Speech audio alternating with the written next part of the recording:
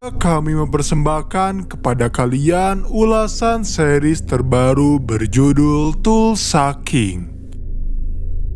Series terbaru ini bercerita tentang seorang mantan gangster yang setelah mendekap di penjara selama 25 tahun, akhirnya keluar sebagai tahanan bebas.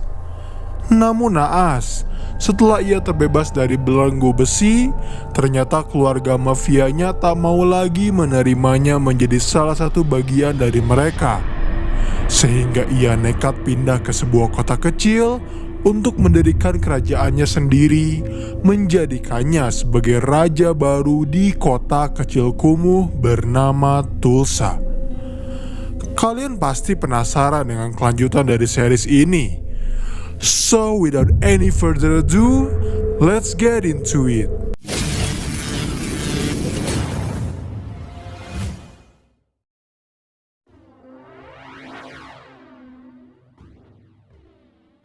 Scene dibuka oleh suasana penjara di daerah Pennsylvania Utara, tempat di mana seorang pria bernama Dwight menghabiskan waktu hidupnya selama 25 tahun dengan mendekap di penjara kumuh itu. Dirinya yakin penjara Pennsylvania bukanlah tempat yang cocok untuk bertahan hidup. Bahkan Dwight saja harus membaca buku serta membuat puisi jelek untuk mempertahankan otaknya agar tak mengalami kebusukan. Ketika ia berusia 17 tahun, ayahnya bertanya terkait apa yang ia inginkan di masa depan. Ia ingin menjadi seperti apa? Karena ayahnya berharap Dwight akan mengikuti jejaknya menjadi seorang tukang cukur. Tetapi Dwight yang perkasa, pada umur 17 tahun, ia dengan tegas mengatakan kepada ayahnya jika ia ingin menjadi seorang gangster yang sukses. Hari itu kebetulan adalah hari di mana pada akhirnya Dwight terbebas dari tempat yang ia sebut sebagai neraka. Ketika Dwight telah keluar dari penjara, ia langsung dijemput oleh sebuah mobil yang telah siap menampungnya. Di tengah perjalanan, Dwight cukup terkejut dengan berbagai kemajuan yang terjadi di kota. Ia bisa melihat orang-orang bermain VR tanpa memperdulikan orang lain. Lalu setelah tiba di sebuah rumah yang cukup mewah, ia dimintai oleh sang supir untuk bersiap menghadap ke bos. Dengan mental yang telah terbentuk selama 25 tahun di penjara, akhirnya Dwight memasuki sebuah ruangan yang ternyata di dalam sana telah ada beberapa orang yang menunggunya. Chiki, anak dari Pete selaku bos mafia, langsung memberi sambutan hangat kepada pamannya yang baru saja keluar dari penjara. Tak lupa, Chiki juga memperkenalkan Finch, yaitu putranya, kepada Dwight. Karena Dwight tak menyukai ada penjaga yang berada di belakangnya, ia meminta kepada Nico dan Mario untuk pergi terlebih dahulu. Namun mereka berdua ternyata menolak karena tugas mereka bukan menjaga Dwight, melainkan menjaga pintu. Dwight yang sentimental sempat beradu mulut dengan Nico hingga Pete meminta kepada mereka untuk fokus kepada bisnis terlebih dahulu. Akhirnya Dwight terduduk. Saat ia sedang duduk, Dwight berpikir ia akan berbicara dengan Pete. Ternyata Pete menjelaskan bahwa kini kerajaan mafianya dialihkan kepada Chiki dan Finch sebagai kapo utamanya.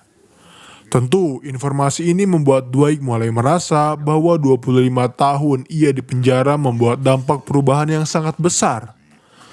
Lalu Chiki menjelaskan jika Dwight memiliki tugas untuk pergi ke Tulsa, sebuah kota kecil yang berada di daerah Oklahoma. Namun Tulsa saja tak pernah didengar oleh Dwight. Ia langsung menolak ketika diminta untuk memasang bendera di sana. Chiki mencoba untuk menenangkannya. Ia menjelaskan jika di Tulsa ia bisa mendapatkan apapun yang ia inginkan. Tetapi tetap saja Dwight menolak. Ia langsung membanding-bandingkan semua usaha kerja kerasnya yang ia berikan kepada Pete. Dimulai dari istrinya yang menceraikannya, hingga putrinya yang membenci dirinya selama 18 tahun lebih, sedangkan kini kompensasi yang Pete berikan hanya sebuah daerah kecil. Dwight merasa terhina mendapat kekuasaan sisaan. Karena Dwight berperilaku tak baik, Finch murka. Ia mencoba untuk berargumen dengannya. Namun yang Vince dapatkan hanyalah justru hantaman keras yang membuatnya langsung tak sadarkan diri. Now you're wearing diapers. Boom. Oh, Atas apa yang telah Dwight lakukan, ia langsung diusir dari tempat Pete dan diminta untuk tetap pergi ke Tulsa. Hingga pada akhirnya, Dwight dengan terpaksa pergi ke kota terpencil tersebut. Setibanya di sana, Dwight langsung kebingungan dengan suasana kota yang gersang. Ia bahkan langsung berpas-pasan dengan seorang wanita yang menyemprotkan air suci kepadanya atas perkataan jorok yang telah Dwight katakan. Tak lama kemudian, seorang supir taksi menawarkan rute perjalanan pada Dwight yang langsung diterima olehnya tanpa alasan. Di tengah perjalanan itu, mereka membicarakan cukup banyak hal terkait ketidaktahuan Dwight tentang beberapa teknologi yang mulai marak digunakan oleh para anak muda. Bahkan Dwight saja terkejut melihat gereja yang cukup banyak bertebaran di pinggir jalan. Setelah itu, supir taksi yang bernama Tyson bertanya alasan Dwight pergi ke Tulsa. Dwight menjawab, ia hendak mengurus sebuah bisnis. Dan dengan kata bisnis saja membuat Tyson paham jika Dwight adalah seorang gangster. Namun ternyata Dwight kurang suka dipanggil dengan sebutan gangster karena ia tak merasa menjadi salah satu bagian dari mereka. Ternyata mengatakan apapun di dalam mobilnya, hingga tiba-tiba Dwight menyuruhnya untuk berhenti ketika melihat sebuah toko. Tyson bercerita, toko itu adalah sebuah apotik, tempat di mana obat-obatan umum maupun obat-obatan ilegal berupa ganja diedarkan. Dwight bertanya, siapa yang mengelola tempat itu? Apakah mereka memiliki kru? Tyson tertawa, karena di Tulsa tak ada istilah seperti itu. Dan perkataan Tyson membuat Dwight merasa tertantang. Ia langsung meminta kepadanya untuk bersinggah terlebih dahulu dengan memberikannya uang kompensasi. Saat masuk ke dalam, salah satu penjaga sempat menghentikannya untuk memeriksa kartu tanda penduduk miliknya. Dwight beralasan ia tak hendak membeli apapun sehingga penjaga mempersilahkannya untuk masuk. Lalu Dwight menghampiri kasir untuk bertanya apa yang mereka jual. Awalnya penjaga kasir menjawab mereka menjual obat-obatan, krim herbal dan sebagainya. Tetapi apabila Dwight mencari obat yang bisa membuatnya high, maka ia bisa memberikannya. Alih-alih membeli, Dwight terheran dengan keamanan dari apotek itu yang tak memiliki kamera dan ia juga justru bertanya pemilik dari apotek itu. Sang penjaga kasir memberitahu nama pemilik dari apotek tersebut yang bernama Body. Lalu tanpa rasa malu, Dwight menyuruhnya untuk memanggil Body. Karena penjaga kasir enggan memanggilnya, Dwight justru menyuruh penjaga toko untuk memanggilkan bosnya yang membuat Dwight harus terusir dari apotek tersebut. Dwight tak mengenal kata lelah. Ia kembali ke dalam toko setelah mengambil botol minum milik Tyson. Lalu ia melemparkannya ke arah kepala penjaga toko sehingga membuat keributan dan membuat Body sang pemilik toko akhirnya keluar. Lagi dan lagi, tanpa rasa malu Dwight berkenalan dengan Body lalu memintanya untuk memperlihatkan buku besar milik tokonya sendiri. Meskipun Dwight dikenal tak memiliki malu, ternyata Body menuruti permintaannya. Di sana Dwight cukup terkejut dengan penghasilan impresif yang dihasilkan oleh apotek tersebut. Ia juga bertanya, di mana Body menyimpan semua uang penghasilan itu. Body menjawab, ia menyimpannya di bank. Seakan meremehkan seorang gangster, Dwight hanya tersenyum, lalu mengancam akan melakukan kekerasan apabila Body tak mau menjawab dengan benar.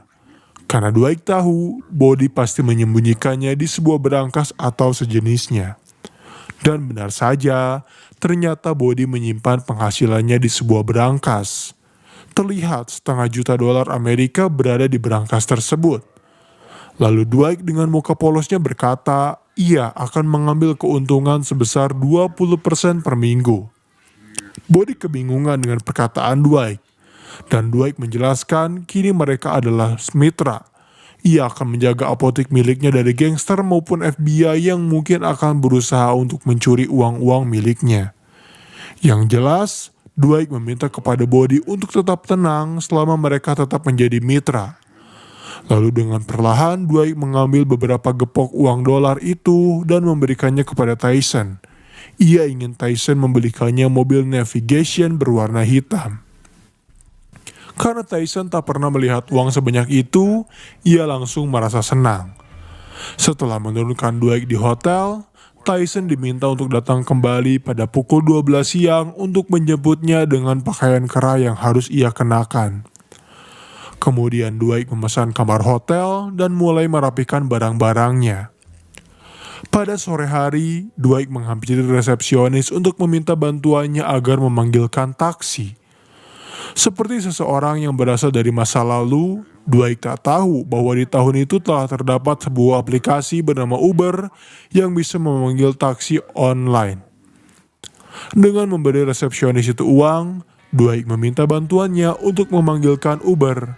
Barulah setelah itu Dwight langsung pergi ke sebuah bar.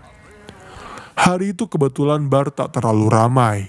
Ia duduk bersebelahan dengan dua orang pria yang mengejeknya karena Dwight terlalu tua untuk mentraktir mereka berdua, yang membuat kedua pemuda itu langsung memberikan respek terhadapnya. Keesokan harinya, Tyson pun tiba untuk menjemput kembali, tetapi tidak dengan mobil keinginan Dwight. Tyson beralasan itu adalah mobil milik ibunya, sementara ia tak bisa membelikan Dwight mobil navigator karena dealer tak mau menerima uangnya. Ia justru dituduh sebagai pengedar narkoba oleh pemilik dealer mobil di Tulsa. Karena tak ingin anak buahnya merasa tersakiti, Dwight langsung menghampiri dealer mobil itu. Ia mendatangi pemiliknya dan langsung menghajarnya untuk memperingati bahwa Tyson bukanlah seorang pengedar narkoba. Nice to meet you. It seems we have a slight misunderstanding. Oh boy, I'm so sorry. Why, Donnie? Follow this. Ia memiliki uang dan mampu untuk memiliki mobil navigator berwarna hitam. Kini kesepakatannya adalah mereka harus menjual mobil tersebut dengan uang muka sebesar $50.000. Karena ketakutan, akhirnya pemilik dealer setuju dan Dwight pun bisa mendapatkan mobil impiannya selama ini.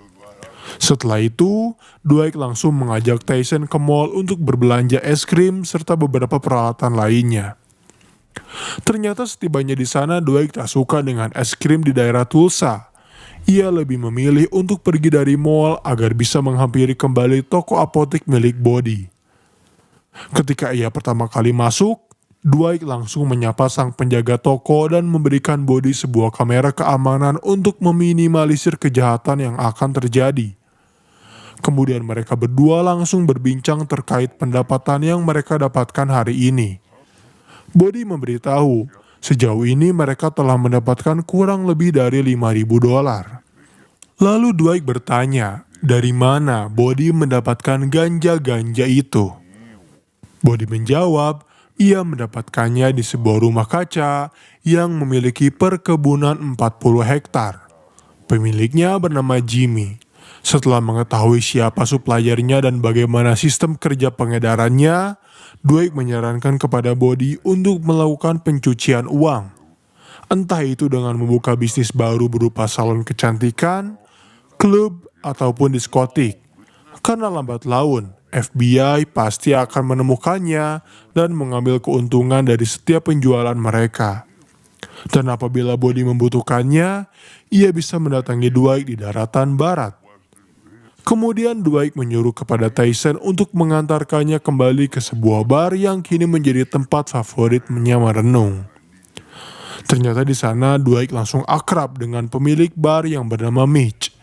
Mereka berbincang cukup lama terkait kisah kehidupan mereka yang dimana ternyata Mitch pun pernah mendekap di penjara selama beberapa tahun. Tak lama kemudian, seorang wanita tiba-tiba menghampiri Dwight karena ia merasa Dwight adalah seorang pria yang terkenal. Dwight sebenarnya mencoba lembut kepada wanita itu dengan menjelaskan jika ia bukanlah pria yang diinginkan olehnya. Lalu wanita itu meminta foto bersama. Tetapi sayang dari wanita itu menghampirinya untuk meminta kejelasan karena Dwight telah bersikap kasar kepada temannya. Kini Dwight sedikit memiliki sikap berbeda kepada wanita bergaun biru itu. Ia justru berbincang cukup lama, hingga akhirnya Dwight diajak untuk pergi berpesta di sebuah strips club. Setibanya di sana, para wanita langsung berdansa di area lantai dansa. Kemudian tiba-tiba seorang pria datang menghampiri Dwight untuk memberitahu jika ia tak bisa menurunkan mereka semua yang berada di panggung. Tanpa babi bu, Dwight langsung membayarnya dan bahkan meminta kepada pria itu untuk menjauhkan semua pria mesum yang mencoba untuk menggoda para wanitanya.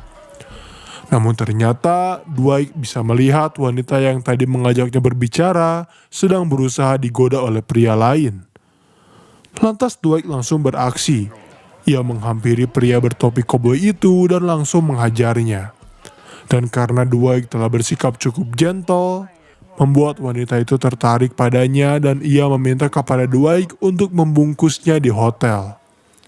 Entah mereka bermain skidipapap atau tidak, yang jelas wanita itu telah mengenakan handuk hotel dan mereka mulai berbicara. Wanita itu sempat berusaha untuk mencari tahu informasi pribadi milik Dwight. Tetapi Dwight bisa menyimpannya dengan baik. Hanya saja ketika ia diberi pertanyaan terkait umurnya, Dwight tak bisa berbohong. Ia mengaku ketika Presiden JFK dibunuh dirinya telah berada di bangku SMA, yang artinya kini ia berusia 75 tahun. Betapa terkejutnya wanita itu ketika mendengar usia asli dari Dwight. Karena ia merasa Dwight adalah seorang pria dengan umur 55 tahun. Dan karena tak bisa bersama seorang pria yang terlalu tua, akhirnya wanita itu memutuskan untuk pergi. Di saat anak buah dari Pete menelpon bosnya untuk memberitahu jika ternyata kini Dwight telah berada di Tulsa. Sementara itu, pihak FBI kini tengah berunding untuk membahas tentang target terbaru mereka yang bernama Dwight Manfredi. Saat melihat profilnya, ternyata Dwight merupakan seorang bintang jenderal untuk sebuah keluarga mafia. Namanya tak asing lagi bagi FBI karena mereka telah memantaunya cukup lama.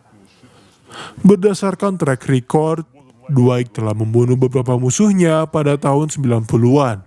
Dan kini mereka bisa melihatnya berkeliaran di Tulsa, berusaha untuk membuat kerajaannya sendiri dengan mencoba menarik hati para masyarakat. Dan scene terakhir di episode kali ini memperlihatkan Dwight yang mendapatkan surat dari anaknya lengkap dengan uang pecahan dolar yang tak dibutuhkan lagi oleh Dwight. Karena kini ia akan bertahan hidup tanpa berdarah sama sekali. Karena kali ini Dwight akan memiliki kerajaan mafianya sendiri di kota Tulsa. Dan pembahasan mengenai series Tulsa King season pertama episode 1 pun berakhir di sini. Bagaimana menurut kalian terkait series Tulsa King? Apakah menarik? Atau kalian memiliki rekomendasi series favorit kalian? Berikan kami rekomendasi di kolom komentar. Like, comment, and subscribe, serta nyalakan lonceng notifikasi agar kalian tak melewati setiap konten yang kami upload setiap harinya. Dan sampai berjumpa kembali di episode selanjutnya.